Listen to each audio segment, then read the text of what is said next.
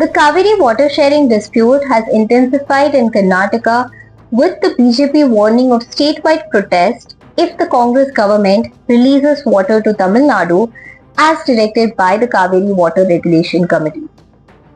The warning came a day after the CWRC ordered Karnataka to maintain a flow of 3,500 cassettes at Piligundu for 15 days from July 29th, amounting to nearly 4 TMC of water. BJP State President B.Y. Vijayendra accused the Congress government of ignoring the interests of Karnataka's farmers. He said the state was facing a severe water shortage and argued that instead of releasing water, the government should legally challenge the CWRC's order. He also warned that the BJP would launch a massive agitation if the direction was implemented. Amid the growing political row, Deputy Chief Minister G. Parmeshwara said Chief Minister D.K. Shivkumar had proposed an all-party meeting to discuss the water crisis.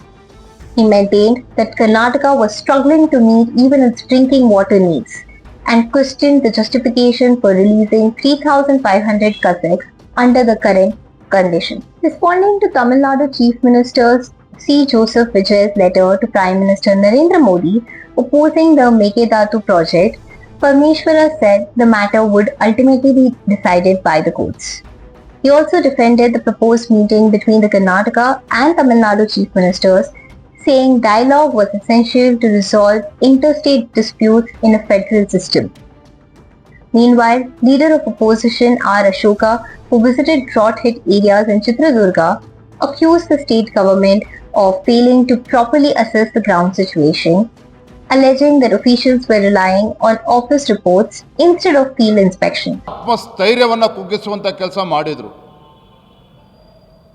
ಅಷ್ಟೇ ಅಲ್ಲ, ಕದ್ದು ಮುಚ್ಚಿ ರಾತ್ರೋರಾತ್ರಿ ತಮಿಳುನಾಡಿನ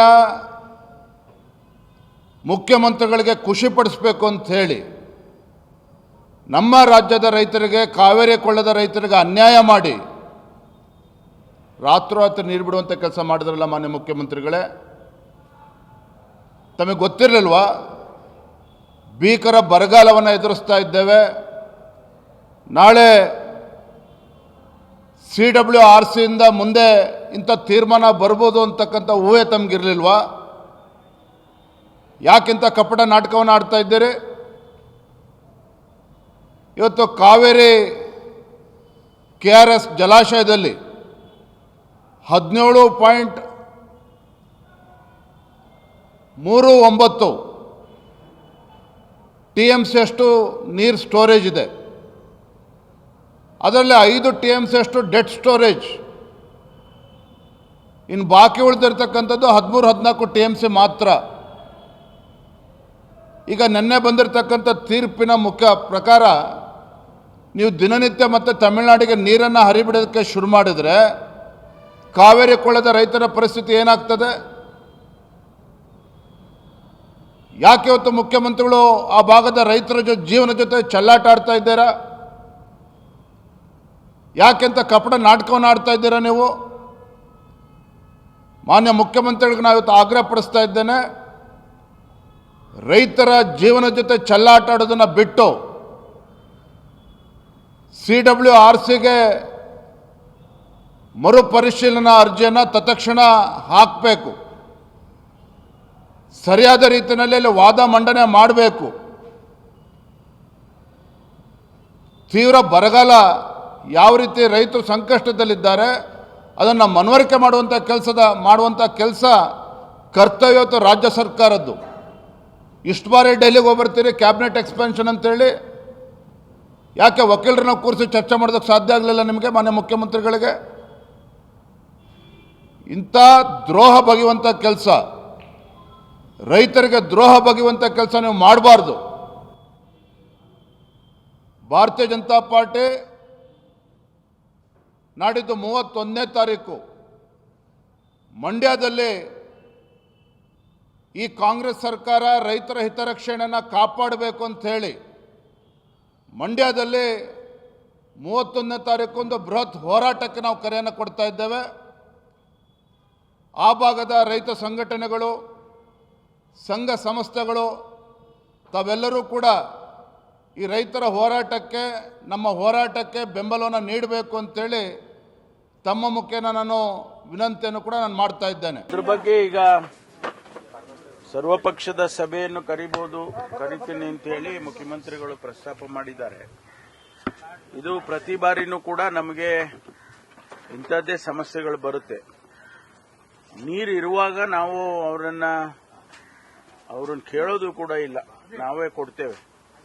ಕಳೆದ ವರ್ಷ ಆಗಲಿ ಅದರ ಹಿಂದಿನ ವರ್ಷ ಆಗಲಿ ಅವ್ರಿಗೇನು ನಮಗೆ ಫಿಕ್ಸ್ ಮಾಡಿರೋ TMC ವಾಟರ್ ಇದೆ ಅದರ ಹೆಚ್ಚು ಕೊಟ್ಟಿದ್ದೇವೆ. ಈ ಬಾರಿ ನಮಗೆ ಕುಡಿಯೋದಕ್ಕೆ ನೀರಿಲ್ಲ ಅನ್ನುವಂಥ ಸನ್ನಿವೇಶ ಇರುವಾಗ ಅವರು 3,500 ಕ್ಯೂಸೆಕ್ಸ್ ಅನ್ನ ನೀರು ಕೊಡಬೇಕು ಅಂತ ಹೇಳುವಂಥದ್ದು ಎಷ್ಟು ಸರಿ ಅಂತ. ನಮ್ಮಲ್ಲಿ ಇದ್ದಾಗ ಕೊಡೋಣ, ತೊಂದರೆ ಇಲ್ಲ. ಅದರ ಬಗ್ಗೆ ಮುಖ್ಯಮಂತ್ರಿಗಳು ಒಂದು ಸರ್ವಪಕ್ಷದ ಸಭೆಯನ್ನು ಕರೀಬೇಕು ಅಂತ ಪ್ರಸ್ತಾಪ ಮಾಡಿದ್ದಾರೆ. ಜೊತೆಗೆ 3ನೇ ತಾರೀಕು ತಮಿಳುನಾಡಿನ ಮುಖ್ಯಮಂತ್ರಿಗಳು ಬೆಂಗಳೂರಿಗೆ ಬರುವ ಸಾಧ್ಯತೆ ಕೂಡ ಇದೆ. ಅದು ಇನ್ನೂ ಕನ್ಫರ್ಮ್ ಆಗಬೇಕು. ಒಂದು ವೇಳೆ ಅವ್ರು ಬಂದಾಗ ಅದನ್ನ ನಾವು ಅವ್ರ ಜೊತೆಯಲ್ಲೂ ಕೂಡ ಪ್ರಸ್ತಾಪ ಮಾಡಬಹುದು. ಸರ್, ಇವತ್ತು ಕಾನೂನು ತಜ್ಞರ ಜೊತೆ ಸಿಎಂ ಅವರು ಮೀಟಿಂಗ್ ನಡೆಸ್ತಾ ಇದ್ದಾರೆ ಡೆಲ್ಲಿನಲ್ಲಿ, ಏನೆಲ್ಲ ಚರ್ಚೆ? ಇಲ್ಲ, ಮೊನ್ನೆ ಕೂಡ ನಾವು MPs ಮೀಟಿಂಗ್ ಇರುವಾಗ ಮಾನ್ಯ ಕಾತರ್ಕಿ ಅವರೆಲ್ಲರೂ ಕೂಡ ಬಂದಿದ್ರು. ನಮ್ಮ ನೀರಾವರಿ ಸಚಿವರು ಕೂಡ ರಾಮಲಿಂಗ ರೆಡ್ಡಿ ಅವರು ಕೂಡ ಬಂದಿದ್ರು ಅಲ್ಲಿಗೆ. ಬಹುಶಃ ನನಗೆ ಬೇರೆ ಕೆಲಸ ಇತ್ತು ಅಂತ ನಿನ್ನೆ ವಾಪಸ್ ಬಂದೆ. ಇವತ್ತು ಅವರು ಸಭೆಯನ್ನ ಮಾಡಿದ್ರೆ ಅವರು ಒಂದು ತೀರ್ಮಾನ ತಗೊಳ್ತಾರೆ ಅಂತ ಅನ್ಕೊಳ್ತೀನಿ. ಸರ್, ಕಾವೇರಿ ವಿಚಾರಕ್ಕೆ ಇವತ್ತು ಸಹ ಕನ್ನಡ ಪರ ಸಂಘಟನೆಗಳು ಒಂದಷ್ಟು ಪ್ರತಿಭಟನೆಗೆ, ಹೋರಾಟಕ್ಕೆ ಕರೆ ಕೊಟ್ಟಿದೆ. ಅಲ್ಲ, ಸ್ವಾಭಾವಿಕವಾಗಿ ಅವರು ಮಂಡ್ಯದಲ್ಲಿ ಮತ್ತು ಸುತ್ತಮುತ್ತ ಎಲ್ಲ ಪ್ರತಿಭಟನೆಗಳನ್ನ ರೈತ ಸಂಘದವರು ಮತ್ತು ಬೇರೆ ಬೇರೆ ಸಂಘದ ಸಂಸ್ಥೆಗಳು ಮಾಡ್ತಾರೆ. ಅವರು ನಿನ್ನೆ ಕೂಡ ಮಾಡಿದ್ದಾರೆ. ಯಾಕೆಂದ್ರೆ 3,500 ಅವ್ರಿಗೂ ಗೊತ್ತಿದೆ ನೀರಿಲ್ಲ ಹೇಗೆ ಕೊಡೋದು ಅಂತೇಳಿ. ಸರ್ಕಾರ ಒಂದು ವೇಳೆ ಒಪ್ಪಿಕೊಂಡು ಇರೋ ನೀರನ್ನು ಕೊಟ್ಬಿಡ್ಬೋದೇ ಅಂತ ಆತಂಕವನ್ನ ವ್ಯಕ್ತಪಡಿಸ್ತಾ ಅವ್ರು ಮಾಡಿದ್ದಾರೆ. ನಾವು ನೋಡೋಣ ಅಂತಿಮವಾಗಿ ಏನು ಸರ್ಕಾರ ತೀರ್ಮಾನ ತಗೊಳ್ಬೇಕು. ಮೇಕೆದಾಟು ಯೋಜನೆಗೂ ಕೂಡ ತಮಿಳುನಾಡು ಪತ್ರ ಬರೆದಿದ್ದಾರೆ ಪ್ರಧಾನಿ ಮೋದಿ. ಅಲ್ಲ, ಈಗ ಅವರು ನೋಡಿ, ಕೋರ್ಟೇ ಹೇಳಿದೆ, ನೀವು ಅವರ ರಾಜ್ಯದಲ್ಲಿ ಅವ್ರು ಕಟ್ಕೊಳಕ್ ನಿಮ್ದೇನಿದೆ, ನಿಮಗೆ ನೀರು ಬೇಕು, ನಿಮಗೇನು ನಾವು ತೀರ್ಮಾನ ಮಾಡಿದೀವಿ ಅಷ್ಟು ಪ್ರಮಾಣದ ನೀರು ಕೊಟ್ರೆ ಆಯ್ತಲ್ಲ ನಿಮ್ಗೆ ಅಂತಕ್ಕಂಥ ಮಾತನ್ನ ಹೇಳಿದ್ದಾರೆ. ಹಾಗಾಗಿ ಅವ್ರದ್ದು ತಕರಾರು ಇರ್ಲಿಕ್ಕೆ ಸಾಧ್ಯ ಇಲ್ಲ. ಅವ್ರೇನ ಹೇಳಿದ್ರು ಕೂಡ ಕೋರ್ಟಲ್ಲಿ ಹೇಳ್ಬೇಕಾಗ್ತದೆ. ಅಲ್ಲಲ್ಲ, ಅವರು ಬರೀಲಿ, ಪತ್ರ ಬರೆಯೋದಕ್ಕೆ ಯಾರು ಸ್ಟಾಪ್ ಮಾಡಕ್ಕಾಗುತ್ತೆ. ಆದ್ರೆ ಪ್ರಧಾನಮಂತ್ರಿಗಳು ಆಗ್ಲಿ ಅಥವಾ ಕೋರ್ಟ್ ಆಗ್ಲಿ, ಪ್ರಧಾನಮಂತ್ರಿಗಳು ಕೋರ್ಟಿಗಿನ್ನ ಮೇಲೆ ಇರೋದಿಲ್ಲ. ಕೋರ್ಟ್ ಏನ್ ತೀರ್ಮಾನ ಮಾಡುತ್ತೆ ಅಂತಿಮವಾಗಿ ಅದೇ ಫೈನಲ್. ಅದರಿಂದ ಈಗ ಅವರು ಅಂತಿಮವಾಗಿ ತೀರ್ಪು ಕೊಟ್ಟಿದ್ದಾರೆ. ಅದರ ಪ್ರಕಾರ ಹೋಗ್ತೇವೆ. ಸರ್, ವಿಜಯ್ ಅವರು ರಾಜ್ಯಕ್ಕೆ ಬರ್ತಿರೋದನ್ನ ಬಿಜೆಪಿ ವಿರೋಧ ಮಾಡ್ತಾ ಇದ್ದಾರೆ. ಇಂಡಿ ಒಕ್ಕೂಟದಲ್ಲಿ ಇವರು ಇರೋದ್ರಿಂದ ಇವರು ಮೇಕೆದಾಟು ಯೋಜನೆಗಾಗಿ ಈಗಾಗಲೇ ವಿರೋಧ ವ್ಯಕ್ತಪಡಿಸಿದ್ದಾರೆ. ಅವ್ರು ಬಂದು ಇನ್ನೇನು ಹೇಳಿದ್ದಾರೆ, ಕರ್ನಾಟಕದ ಮುಂದೆ ಅವಮಾನ ಮಾಡುವಂತಹದ್ದು ಯಾಕೆ ಬೇಕು ಅನ್ನುವಂತಹದ್ದು ಬಿಜೆಪಿ ಅವರ ವಾದ. ಸರ್, ಎರಡು ರಾಜ್ಯದ ಮುಖ್ಯಸ್ಥರು ಅನೇಕ ಸಮಸ್ಯೆಗಳಿರ್ತಾವೆ. ಅವುಗಳನ್ನು ಸೇರಿ ನಾವು ಬಗೆಹರಿಸಿಕೊಳ್ತೀವಿ ಅಂತಂದ್ರೆ ಅದು ಕೂಡ ಆಗಬಾರ್ದು ಅಂತಂದ್ರೆ ಒಕ್ಕೂಟದ ವ್ಯವಸ್ಥೆಯಲ್ಲಿ ಇದೆಲ್ಲ ಸಾಮಾನ್ಯ. ಮೊನ್ನೆ ಭದ್ರಾ ಪ್ರಾಜೆಕ್ಟಿನ ಹತ್ರ ನಾವು ಆ ಗೇಟ್ಗಳೆಲ್ಲ ರಿಪ್ಲೇಸ್ ಮಾಡಿತ್ತು. ಅದರ ಉದ್ಘಾಟನೆಗೆ ಚಂದ್ರಬಾಬು ನಾಯ್ಡು ಅವರು ಬಂದಿದ್ರು, ತೆಲಂಗಾಣ ಮುಖ್ಯಮಂತ್ರಿಗಳು ಬಂದಿದ್ರು ಮತ್ತು ನಮ್ಮ 3 ಜನ ಸೇರ್ಕೊಂಡು ಕೆಲವು ವಿಷಯಗಳನ್ನ ಪ್ರಸ್ತಾಪ ಮಾಡಿದ್ದಾರೆ. ಅದು ನದಿ ಜೋಡಣೆ ಇರಬಹುದು ಅಥವಾ ಬೇರೆ ನೀರಿನ ಹಂಚಿಕೆ ಇರಬಹುದು. ಅದನ್ನ ಪ್ರಸ್ತಾಪ ಮಾಡಿ ನಾವೇ ಬಗೆಹರಿಸಿಕೊಳ್ತೀವಿ ಅಂತ ಹೇಳಿ ಮಾತಾಡ್ಕೊಂಡಿದ್ದಾರೆ. ಆಮೇಲೆ ಇನ್ನೊಂದು ರಿಸರ್ವಾಯರ್ ಕಟ್ಟಬೇಕು ಅನ್ನುವಾಗ 90% ಕೇಂದ್ರ ಕೊಡುತ್ತೆ, 10% ರಾಜ್ಯ ಕೊಡಬೇಕು ಅಂತ ಹೇಳಿ ಕೇಂದ್ರದ ನೀರಾವರಿ ಸಚಿವರು ಕೂಡ ಅದೇ ಸಭೆಯಲ್ಲಿ ಪ್ರಸ್ತಾಪ ಮಾಡಿದ್ದಾರೆ. ಹೀಗೆ ನಾವು ಪಕ್ಕದ ರಾಜ್ಯಗಳು ನಮ್ಮ ಸಮಸ್ಯೆಗಳನ್ನ ಬಗೆಹರಿಸಿಕೊಳ್ಳೋದಾದ್ರೆ ಅದಕ್ಕೆ ಬಿಜೆಪಿಯವರಿಗೆ ಏನ್ ತಕರಾರು? ಏನ್ ಜಗಳಾಡ್ಕೊಂಡೇ ಇರಬೇಕಾ ನಾವು? ಅವ್ರು ಹೇಳೋ ಪ್ರಕಾರ ರಾಜ್ಯಗಳೆಲ್ಲ ಜಗಳಾಡ್ಕೊಂಡೇ ಇರಬೇಕು, ಅವ್ರು ಯಾರು ಕೂಡ ಹೊಂದಾಣಿಕೆಯಲ್ಲಿ ಹೋಗಬಾರದು ಅನ್ನೋದೇನಾದ್ರೂ ಅವ್ರದ್ದು ಇದ್ರೆ ಅದು ಅವರ ನೀತಿ, ಅದು ಭಾರತೀಯ ಜನತಾ ಪಾರ್ಟಿಯ ನೀತಿ ಇರಬೇಕು.